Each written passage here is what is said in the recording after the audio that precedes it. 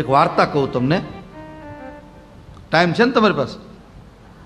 તો વાંધો નહીં, 2 કલાક થશે. હો, વાર્તા તો વાર્તા જ મોટી જ હોય ને. વાર્તા વાર્તા બાબા ઢોર ચારતા. ભવાઈ પેલા કરતા કે ભવાઈ એ લોકો ભવાઈ કરે. ભર્તુહરિના બધા કેટલા કેટલા મહારાજા ધીરા રાજા બને, પછી આખું ગામ જોવે. હવે આ બધું જતું રહ્યું. ટીવી આવે, ટીવી તો ઉપાડો એવો લીધો, બધું ભૂલાઈ ગયું.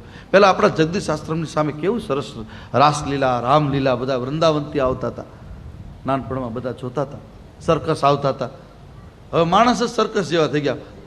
ભૂંગળાને બટેટા ખાઈને એવા થઈ ગયા, કુરકુરિયા ખાઈને, પાણીપુરી ખાઈને એવા નકામા થઈ ગયા બધા. પણ પહેલાં એવું બધું આવતું હતું. એટલે એક ભાઈ ભર્તુહરી બનવાનો હતો. એમાં એનો શાળો આવ્યો 5 વાગે. હવે શાળા બનાવીને તો એકબીજાની મસ્કરી કરવાની ટેવ હોય. પહેલાં એવું બધું ચાલતું. એટલે પેલી એની પત્નીને કીધું કે આને તું ઘરમાં પૂરી દેજે, આને મોકલતો નહીં. મારે આ ખેલ કરવા જવું છે અને આવે નહીં કહેજે. બોલો કે નહીં આવું બાપા, જાઓ ને બની સાહેબ, તમે પધારો, નહીં આવું, જોજે તું આવતો નહીં. અને મહારાજા કૃષ્ણકુમાર ઠાકોર સાહેબનું એને ભાવનગરમાં રૂપ લીધું. ભવાઈ ચાલતી હતી. અને રાજા આવે એટલે તો છડી પોકારાય, ઘડી ખમ્મા ગૌ બ્રાહ્મણ પ્રતિકપાલ મહારાજા ઘડી ખમ્મા. અને આ ભાઈ બહાર નીકળ્યા.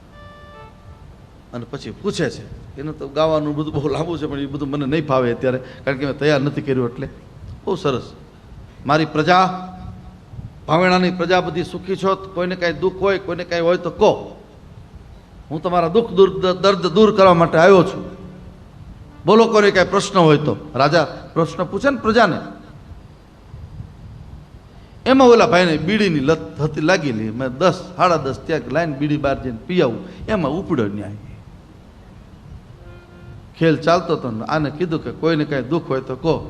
એટલે સભામાંથી ઊભો થઈને કીધું કે રાજા, તમારા બાના પગમાં ચંપલ નથી, એને લાવી દો પાછું. અને ઓલા જોઈ ગયો, આવી ગયો. હા, એટલે મારો તુલસી કે કુસમય જાણીને કિન્નત ચિન્હારી.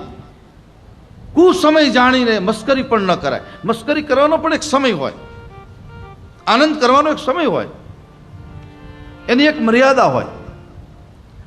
અમે છે ને, આ તો તમે બધા બેઠા, તમે બધા જાઓ ને, અમે આ બધા આનંદ જ કરતા હોય. બધા અહીંયા જે બેઠા હોય ને, બધા મારી આસપાસમાં, અમે આવું બધા આનંદ જ કરતા હોય.